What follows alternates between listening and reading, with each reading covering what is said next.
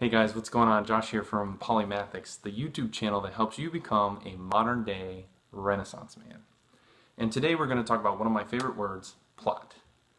And not plotting and scheming, although that is another one of my favorite words, but plotting as it relates to works of fiction and literature.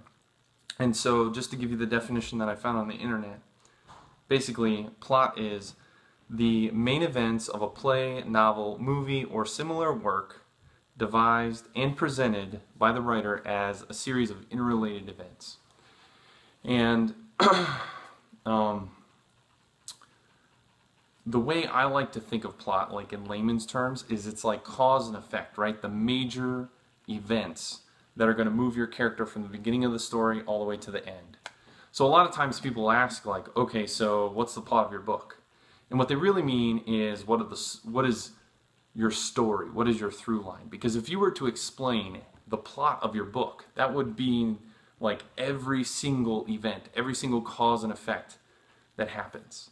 Now we could go into long discussions about structure and things like that, but essentially you have your major plot events, which are the really big pieces, the prologue, the beginning, the middle, the end, and the epilogue.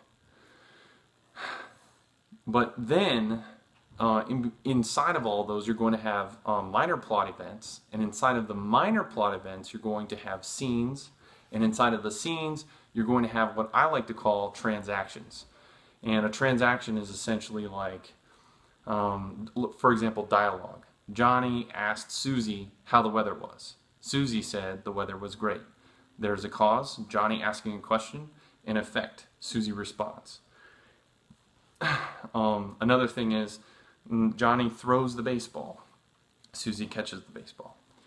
So when we're talking about plot, that's essentially what we mean, right? All of the big events that happen throughout the story. And so just to give you some perspective on how important plot is and understanding plot is to writers, I'm going to quote two very well-known writers slash authors slash movie makers. The first one really needs no introduction. George Lucas. Everybody knows who he is. He's the creator of Star Wars, which was probably one of the most influential works and myths of recent times.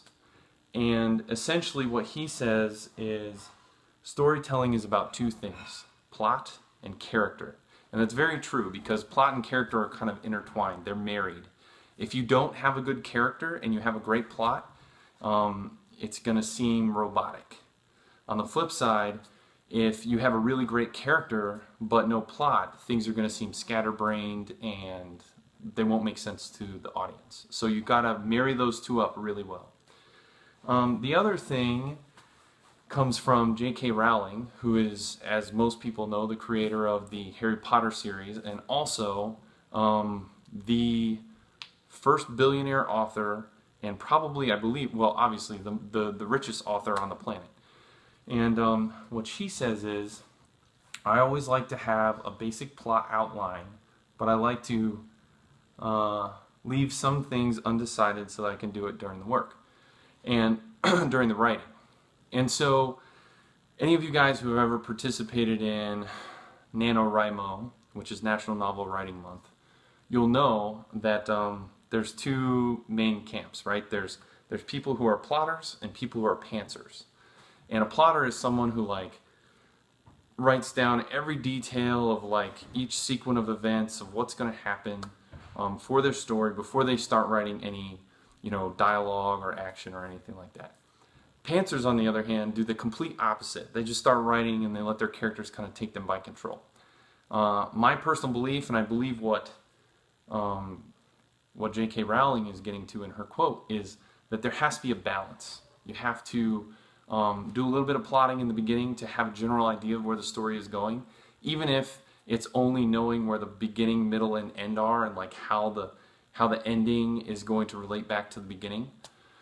And then once you have that skeleton of your story, then you can start to flesh it out and pants as it is.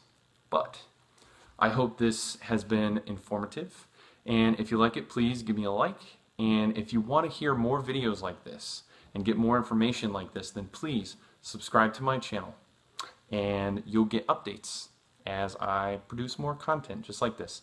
But until next time, take it easy.